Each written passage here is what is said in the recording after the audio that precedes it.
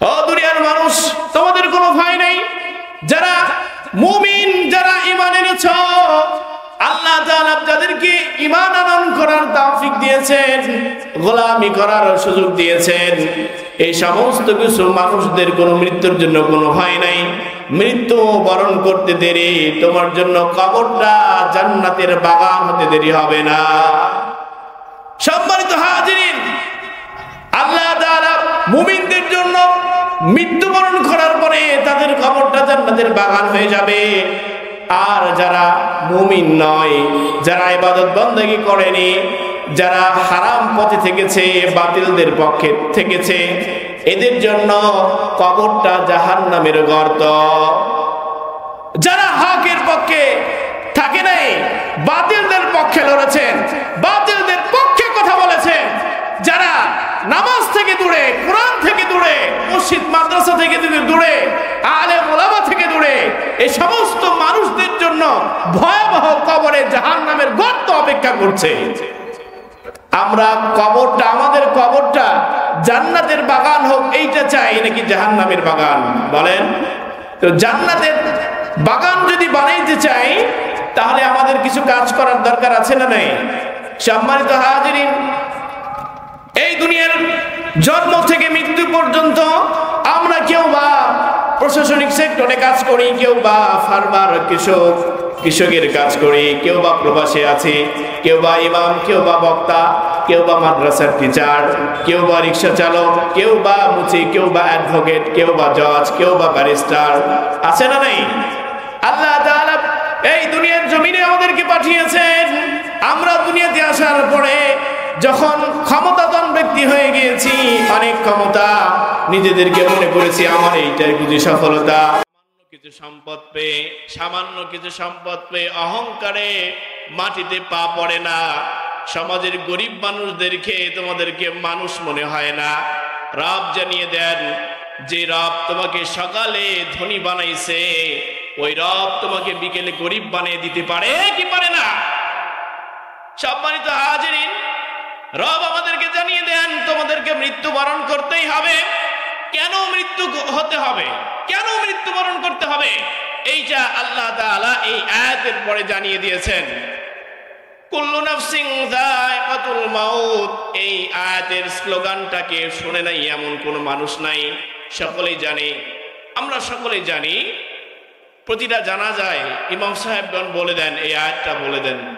তো কেন মৃত্যুবরণ করতে হবে জানেন? মৃত্যু কেন আমাদেরকে বরণ করতেই হবে? মৃত্যুর থেকে কোনো ছাড়ার কোনো অপশন নেই। মৃত্যু মানে কোনো শেষ হয়ে যাওয়া নয়, মৃত্যু মানে নিঃশেষ হয়ে যাওয়া নয়। মৃত্যু মানে হচ্ছে এক গন্তব্যস্থলে পৌঁছে যাওয়া, পরিবর্তন করা। অর্থাৎ আমরা দুনিয়াতে ছিলাম, এই দুনিয়া ত্যাগ করে আমাদেরকে আখিরাতের জগতে পদার্পণ করা।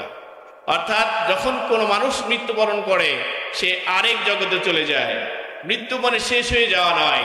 যেমন পাসপোর্ট করে এক মানুষ যেরকম এই দেশ থেকে প্রবাসে বাড়ি জমায়, সৌদি আরব, আমেরিকা, বিভিন্ন কান্ট্রিতে চলে যায়, ঠিক একজন মানুষ যখন মৃত্যুবরণ করে, সে তখন কোথায় চলে যায়? আখিরাতের জিন্দেগি চলে যায়। সম্মানিত হাজিরিন, মৃত্যু কেন হবে? আল্লাহ তাআলা এরপরে আল্লাহ তাআলা জানিয়ে দেন, ওয়ায়াউমা তুআফাউনা ফুজুরাকুম ইয়াউমাল কিয়ামাহ। ও বান্দা, দুনিয়াতে তুমি কি করেছো? দুনিয়াতে তোমাদেরকে যৌবন দিয়েছিলাম, এই যৌবনের কতটুকু সৎ হালাল উপায়ে ব্যবহার করেছো, কি পরিমাণে হারাম করেছো? দুনিয়াতে তোমাকে বিবেক দিয়েছিলাম, বিবেক অনুযায়ী চলেছে কিনা? দুনিয়াতে আসার পরে তোমাকে সম্পদ দিয়েছি, কি উপায়ে সম্পদগুলো অর্জন করেছো, কি উপায়ে সম্পদগুলি ব্যয় করেছো? আল্লাহর জমিনে আল্লাহ তাআলার দ্বীন কায়েমের জন্য কতটুকু করেছো? নামাজগুলো পড়েছো কিনা সঠিকভাবে? যাকাতগুলো সঠিকভাবে দিয়েছো কিনা? তোমাকে প্রতিটি জায়গায় যেগুলো নিয়ামত দিয়েছি, এইগুলো তুমি কতটুকু পালন করেছো? এই নিয়ামতের শুকরিয়াগুলো আদায় করেছো? এই এ টু জেড বালেগ হওয়ার পর থেকে নিজেদের জিন্দেগির যতগুলো নামাজ আপনি কাজা করেছেন, যতগুলো সম্পদ আপনি অন্যায়ভাবে অর্জন করেছেন, যতগুলো সম্পদ অন্যায়ভাবে আপনি ব্যয় করেছেন, প্রলোভনে পড়ে অন্যায়ভাবে মানুষদেরকে হত্যা করেছেন, এই সব কিছু জীবনের এ টু জেড সব কিছু হিসাব আমাদেরকে হারে হারে, কারো ডান হাতে কারো বাম হাতে গ্রহণ করবার জন্য মানুষের মৃত্যুবরণ করতেই হবে। সম্মানিত হাজিরিন, তাহলে বোঝা গেল আমাদের মৃত্যু কেন হবে? আমরা জিন্দেগিতে আসার পরে আমরা দুনিয়াতে কি করেছি, আমাদের এ টু জেড আমাদের জীবনের শুরু থেকে শেষ পর্যন্ত আপনি হকের পথে থেকেছেন কিনা, নাকি হারামের পথে থেকেছেন, বাতিলদের সঙ্গে থেকেছেন, এই সব কিছুর হিসাব সব কিছু কিন্তু সিসি ক্যামেরার মতো রেকর্ড করছেন কে? এই সব কিছুর হিসাব আমাদেরকে দেওয়ার জন্য, আমাদেরকে এইটার প্রতিদান নেওয়ার জন্য মৃত্যুবরণ করতে হবে। এটার থেকে বাঁচার কোনো অপশন আছে না নাই? কোনো অপশন নাই। আমাদেরকে মৃত্যুবরণ করতেই হবে, আমাদেরকে এ টু জেড জিন্দেগির হিসাব দিতেই হবে। এর থেকে কোনো নিস্তার আছে? সম্মানিত হাজিরিন, পয়গম্বর আরবিয়া সাল্লাল্লাহু আলাইহি ওয়াসাল্লাম বলেন, তুহফাতুল মুমিনিল মাউত। ও দুনিয়ার মানুষ শোনো শোনো, তোমরা যারা রবের গোলামি করেছো, যারা রবের জমিনে এসে রবের পক্ষে থেকেছো, কোরআনের পক্ষে থেকেছো এবং কোরআনের পক্ষে কথা বলেছো, আল্লাহ তাআলার দ্বীন ইবাদত বন্দেগী নামাজ রোজা থেকে শুরু করে সব কিছু যারা করেছো, ঈমান এনেছো, ঈমান অনুযায়ী আমল করেছো, ইলম অর্জন করেছো, তোমাদের জন্য কোনো ভয় নাই, ভয় নাই। তোমাদের জন্য রবের পক্ষ থেকে মৃত্যুটা হলো গিফট। কি বলেন? গিফট, উপহার। যারা ঈমান এনেছে, রবের গোলামি করেছে, ইবাদত করেছে, ইলম অর্জন করেছে, এই সমস্ত মুমিনদের জন্য আল্লাহ তাআলা মৃত্যুকে উপহার স্বরূপ করে দিয়েছেন। সুবহানাল্লাহ। ও দুনিয়ার মানুষ, তোমাদের কোনো ভয় নেই। যারা মুমিন, যারা ঈমান এনেছো, আল্লাহ তাআলা যাদেরকে ঈমান আনয়ন করার তৌফিক দিয়েছেন, গোলামি করার সুযোগ দিয়েছেন, এই সমস্ত কিছু মানুষদের কোনো মৃত্যুর জন্য কোনো ভয় নাই। মৃত্যু বরণ করতে দেরি, তোমার জন্য কবরটা জান্নাতের বাগান হতে দেরি হবে না। সম্মানিত হাজিরিন, আল্লাহ তাআলা মুমিনদের জন্য মৃত্যুবরণ করার পরে তাদের কবরটা জান্নাতের বাগান হয়ে যাবে। আর যারা মুমিন নয়, যারা ইবাদত বন্দেগী করেনি, যারা হারাম পথে থেকেছে, বাতিলদের পক্ষে থেকেছে, এদের জন্য কবরটা জাহান্নামের গর্ত। যারা হকের পক্ষে থাকে নাই, বাতিলদের পক্ষে লড়েছেন, বাতিলদের পক্ষে কথা বলেছেন, যারা নামাজ থেকে দূরে, কোরআন থেকে দূরে, মসজিদ মাদ্রাসা থেকে দূরে, আলেম ওলামা থেকে দূরে, এই সমস্ত মানুষদের জন্য ভয়াবহ কবরে জাহান্নামের গর্ত অপেক্ষা করছে। আমরা কবরটা, আমাদের কবরটা জান্নাতের বাগান হোক এইটা চাই, নাকি জাহান্নামের বাগান? বলেন তো। জান্নাতের বাগান যদি বানাইতে চাই, তাহলে আমাদের কিছু কাজ করার দরকার আছে না নাই? সম্মানিত হাজিরিন, এই দুনিয়ার জন্ম থেকে মৃত্যু পর্যন্ত আমরা কেউ বা প্রশাসনিক সেক্টরে কাজ করি, কেউ বা ফার্মার কৃষকের কাজ করি, কেউ বা প্রবাসে আছি, কেউ বা ইমাম, কেউ বা বক্তা, কেউ বা মাদ্রাসার টিচার, কেউ বা রিক্সা চালক, কেউ বা মুচি, কেউ বা অ্যাডভোকেট, কেউ বা জজ, কেউ বা ব্যারিস্টার। আছে না নাই? আল্লাহ তাআলা এই দুনিয়ার জমিনে আমাদেরকে পাঠিয়েছেন। আমরা দুনিয়াতে আসার পরে যখন ক্ষমতাধর ব্যক্তি হয়ে গিয়েছি, অনেক ক্ষমতা, নিজেদেরকে মনে করেছি আমার এইটাই বুঝি সফলতা,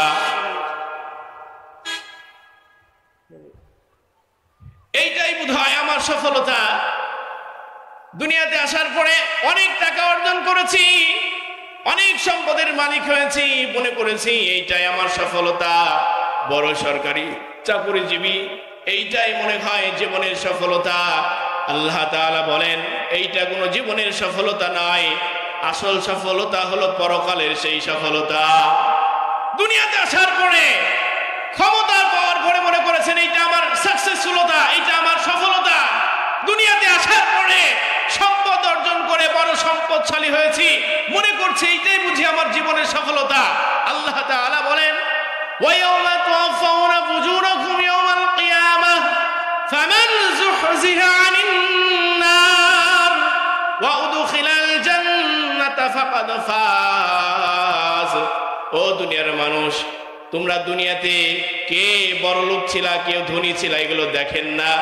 কে কালো ছিলা, কে খাটো ছিলা, কে বড় ছিলা, আল্লাহ তাআলা এগুলো দেখেন না। কে সুন্দর ছিলা, কে স্মার্ট ছিলা, কে আনস্মার্ট ছিলা, আল্লাহ তাআলা এগুলো দেখেন। কে ধনীর বংশে জন্মগ্রহণ করেছ, কেউ বা গরিবের ঘরে জন্মগ্রহণ করেছ, কে যে ভালো ভালো পোশাক পরিধান করতে, কে বা পচা ঢাচা এরকম ছেঁড়া ফাটা পোশাক পরতে, এগুলো দেখেন না। এগুলো কোনো ম্যাটার করে না, doesn't matter. The most important matter is in your তাকওয়া। আল্লাহ তাআলা যেটা দেখেন মানুষের ভিতরে তাকওয়া। তাকওয়াটা কি? শাব্দিক শব্দ অর্থ হচ্ছে এটা যে কোনো জিনিস থেকে দূরে থাকা, কোনো জিনিস থেকে দূরে থাকা। আর শরীয়তের পরিভাষায় বলা হয় তাকওয়া মানে রব যেখানে আদেশ করেছে সেইখানে আদেশ পালন করা, রব যেখানে নিষেধ করেছেন ওই কাজগুলি থেকে বিরত থাকা। আল্লাহ তাআলা এই কাজগুলি যে সমস্ত মানুষগুলো করেন, এইটা যারা অর্জন করেছে এদেরকে বলা হয় মুত্তাকিন। তাকওয়াবান, মূল্যবান সম্পদ যারা অর্জন করেছে এদেরকে বলা হয় কি বলেন? মুত্তাকিন। কেউ যেখানে দেখে না, ফর এক্সাম্পল ছোট্ট একটা বিষয় বুঝাইলে বুঝবেন যে আপনি সারাদিন রোজা রেখেছেন, বাসায় পরিবারের মানুষের কাজে ব্যস্ত আছে, ছোট বাচ্চাদের জন্য খাবার রেডি আছে, আপনি রোজাদার, গ্রামের সবাই জানে আপনি রোজা রেখেছেন, বাসার ভিতরে খাবারগুলো রেডি আছে, আপনি ওইখানে চাইলেই খাবারগুলো খেতে পারেন, কেউ দেখবে না, কেউ জানবে না। এরকম ভাবে মানুষগুলো তারা বলবে যে আপনি রোজাদার। কিন্তু আপনি ভাবলেন, লুকমা নেওয়ার সময় ভাবলেন কেউ দেখছে না, কেউ জানছে না, সেইখানে দেখেন কে? রব তো দেখছেন। এমন অবস্থায় আপনি ওই খাবার পরিহার করলেন, রবের ভয়ে কেউ দেখছে না, কেউ জানছে না। এইভাবে প্রতিটা চোর যদি ভাবতো মানুষের ঘরের, গোয়ালের ঘরের, এরকম ভাবে যারা গরু চুরি করে, বিভিন্ন বাটপাড়ি করে, চুরি ডাকাতি করে, এই সমস্ত মানুষ যদি একটাবার ভাবতো আমাকে কেউ দেখছে না, প্রশাসনিক কেউ দেখছে না, দেখছেন তিনি কে? কেউ যেখানে দেখে না, কেউ যেখানে জানে না, ওই জায়গায় ভয় করার নাম হলো তাকওয়া। ওই জায়গায় ভয় করার নাম কি বলেন না? তাকওয়া। সম্মানিত সুধী, অনেক কথা ছিল, সংক্ষিপ্ত সময় সংকীর্ণতার জন্য বলা হয় নাই। যতটুকু কথা ইনশাআল্লাহ ইতি টেনে দেব ইনশাআল্লাহ। আল্লাহ তাআলা আমাদের আমল করার তৌফিক দান করেন। সম্মানিত সুধী, আমার মূল কথা হচ্ছে যে কোনো জায়গায়, আমি কৃষক, পেশাদার, যে কোনো পর্যায়ে আছে কিনা, প্রতিটি জায়গা থেকে আমাদেরকে ইসলামের পক্ষে থাকা রাখবে। প্রতিটি পক্ষে ইসলামের পক্ষে স্লোগান দিতে হবে, বাতিলদের পক্ষে থাকার কোনো সুযোগ। সম্মানিত হাজিরিন, আল্লাহ তাআলা এগুলো দেখেন না, আমাদের দেখেন মনের তাকওয়া, আমাদের নেক আমল আছে কিনা, এইগুলো আমাদের করা দরকার আছে না নাই? আমরা দুনিয়া নিয়ে যেই পর্যায়ে আছি মনে হয় আমাদের কখনো মৃত্যু হবেই না, ঠিক কিনা বলেন? আমাদেরকে দেখি মৃত্যু হবে, হিসাবগুলো আমাদেরকে দিতে হবে, এগুলো আমাদের কোনো বিষয়ের ভিতরে পড়ে না। সম্মানিত সুধী, স্বরূপ করে দিয়েছেন, সুবহানাল্লাহ। ও দুনিয়ার মানুষ, তোমাদের কোনো ভয় নাই। যারা মুমিন, যারা ঈমান এনেছ, আল্লাহ তাআলা যাদেরকে ঈমান আনয়ন করার তৌফিক দিয়েছেন, গোলামি করার সুযোগ দিয়েছেন, এই সমস্ত কিছু মানুষদের কোনো মৃত্যুর জন্য কোনো ভয় নাই। মৃত্যু বরণ করতে দেরি, তোমার জন্য কবরটা জান্নাতের বাগান হতে দেরি হবে না। সম্মানিত হাজিরিন, আল্লাহ তাআলা মুমিনদের জন্য মৃত্যুবরণ করার পরে তাদের কবরটা জান্নাতের বাগান হয়ে যাবে। আর যারা মুমিন নয়, যারা ইবাদত বন্দেগী করেনি, যারা হারাম পথে থেকেছে, বাতিলদের পক্ষে থেকেছে, এদের জন্য কবরটা জাহান্নামের গর্ত। যারা হকের পক্ষে থাকে নাই, বাতিলদের পক্ষে লড়েছেন, বাতিলদের পক্ষে কথা বলেছেন, যারা নামাজ থেকে দূরে, কোরআন থেকে দূরে, মসজিদ মাদ্রাসা থেকে দূরে, আলেম ওলামা থেকে দূরে, এই সমস্ত মানুষদের জন্য ভয়াবহ কবরে জাহান্নামের গর্ত অপেক্ষা করছে। আমরা কবরটা, আমাদের কবরটা জান্নাতের বাগান হোক এইটা চাই নাকি জাহান্নামের বাগান? বলেন তো। জান্নাতের বাগান যদি বানাইতে চাই তাহলে আমাদের কিছু কাজ করার দরকার আছে না নাই? সম্মানিত হাজিরিন, এই দুনিয়ার জন্ম থেকে মৃত্যু পর্যন্ত আমরা কেউ বা প্রশাসনিক সেক্টরে কাজ করি, কেউ বা ফার্মার কৃষকের কাজ করি, কেউ বা প্রবাসে আছে, কেউ বা ইমাম, কেউ বা বক্তা, কেউ বা মাদ্রাসার টিচার, কেউ বা রিক্সা চালক, কেউ বা মুচি, কেউ বা অ্যাডভোকেট, কেউ বা জজ, কেউ বা ব্যারিস্টার, আছে না নাই? আল্লাহ তাআলা এই দুনিয়ার জমিনে আমাদেরকে পাঠিয়েছেন। আমরা দুনিয়াতে আসার পরে যখন ক্ষমতাধর ব্যক্তি হয়ে গিয়েছি, অনেক ক্ষমতা, নিজেদেরকে মনে করেছি আমার এইটাই বুঝি সফলতা, এইটাই বোধহয় আমার সফলতা। দুনিয়াতে আসার পরে অনেক টাকা অর্জন করেছি, অনেক সম্পদের মালিক হয়েছি, মনে করেছি এইটাই আমার সফলতা। বড় সরকারি চাকরিজীবী, এইটাই মনে হয় জীবনের সফলতা। আল্লাহ তাআলা বলেন এইটা কোনো জীবনের সফলতা নয়, আসল সফলতা হলো পরকালের সেই সফলতা। দুনিয়াতে আসার পরে ক্ষমতা পাওয়ার পরে মনে করেছেন এইটা আমার সাকসেসফুলতা, এইটা আমার সফলতা। দুনিয়াতে আসার পরে সম্পদ অর্জন করে বড় সম্পদশালী হয়েছি, মনে করছি এইটাই বুঝি আমার জীবনের সফলতা।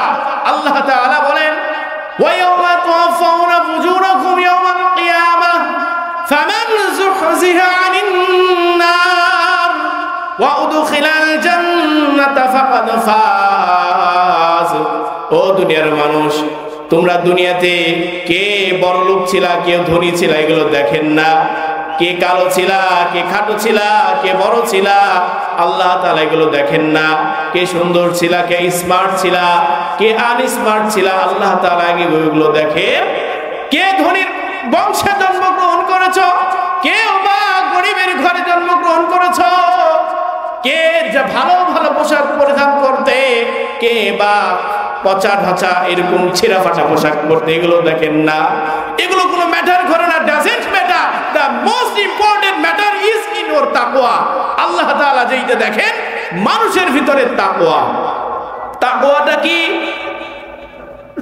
শাব্দিক শব্দ অর্থ হচ্ছে এটা যে কোনো জিনিস থেকে দূরে থাকা, কোনো জিনিস থেকে দূরে থাকা।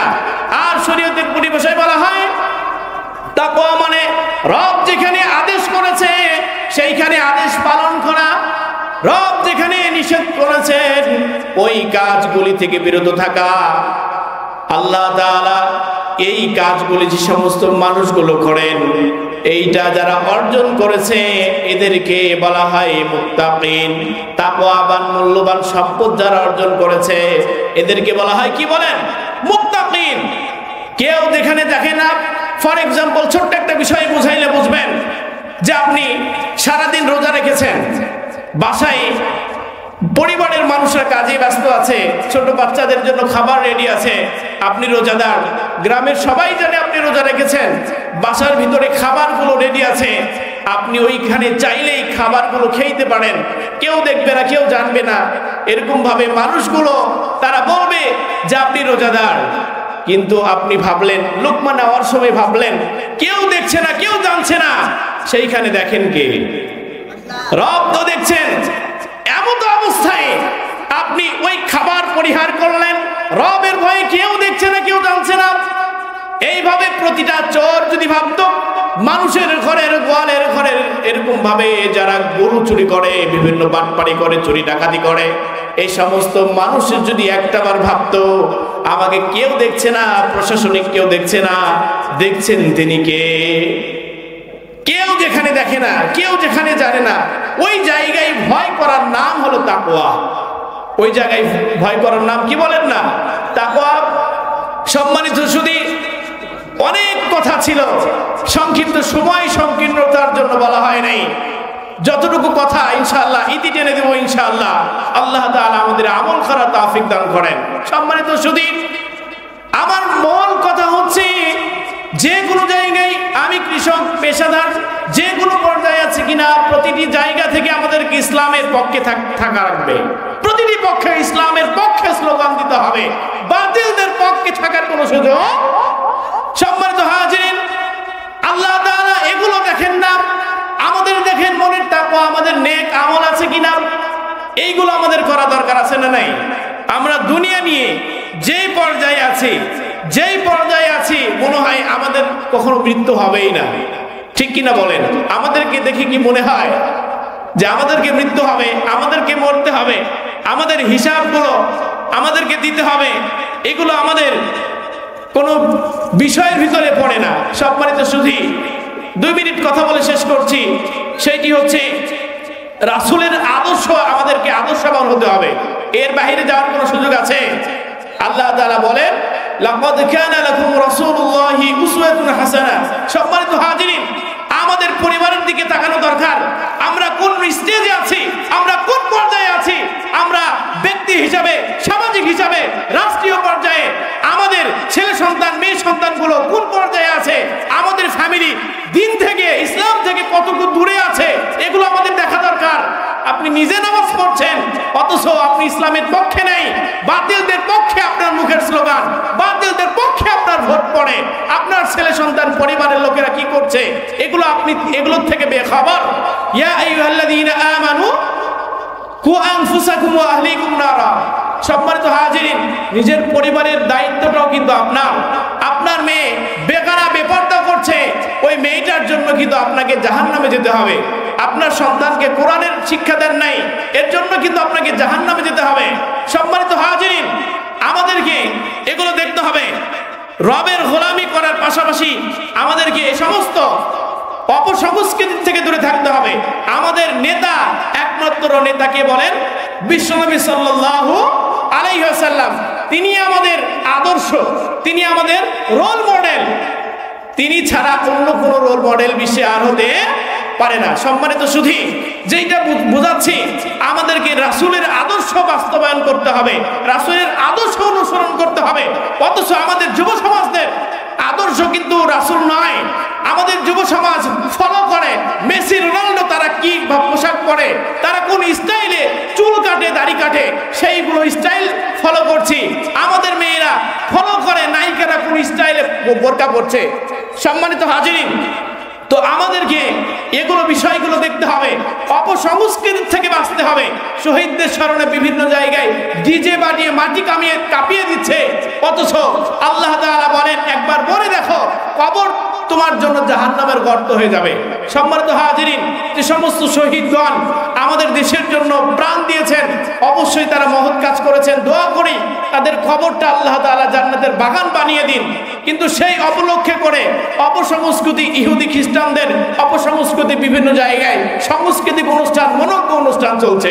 এগুলোর থেকে দূরে থাকতে হবে। ইসলামের সাথে কোনো সম্পর্ক নাই। সম্মানিত হাজিরিন, আগামীতে সামনে আসছে হ্যাপি নিউ ইয়ার। এগুলো ডিভোর্স থেকে আমাদেরকে, মুসলমানদের সন্তানদেরকে হেফাজত করতে হবে। এরকম 31st নাইটে এগুলোর থেকে হেফাজত থাকতে হবে। তো যতটুকু কথা হলো, আল্লাহ তাআলা আমাদের এই যুব সমাজকে আল্লাহ তাআলা এই সমস্ত ধ্বংসাত্মক থেকে হেফাজত করুন। এবং আজকের এই আয়োজনে যে সমস্ত মানুষগুলো শ্রম দিয়েছেন, মেধা দিয়েছেন, এই সমস্ত আয়োজনকে গোপীনাথপুর পূর্বপাড়া তরুণ যুব সমাজ এলাকাবাসীকে আল্লাহ তাআলা কবুল করুন। প্রতি বছর এরকম সুন্দর একটি মাহফিল আয়োজন করার তৌফিক দান করুন। সকলে আমিন। ওয়া আখিরু দাওয়ানা আলহামদুলিল্লাহি রাব্বিল আলামিন। আসসালামু আলাইকুম ওয়া রাহমাতুল্লাহি ওয়া বারাকাতুহু।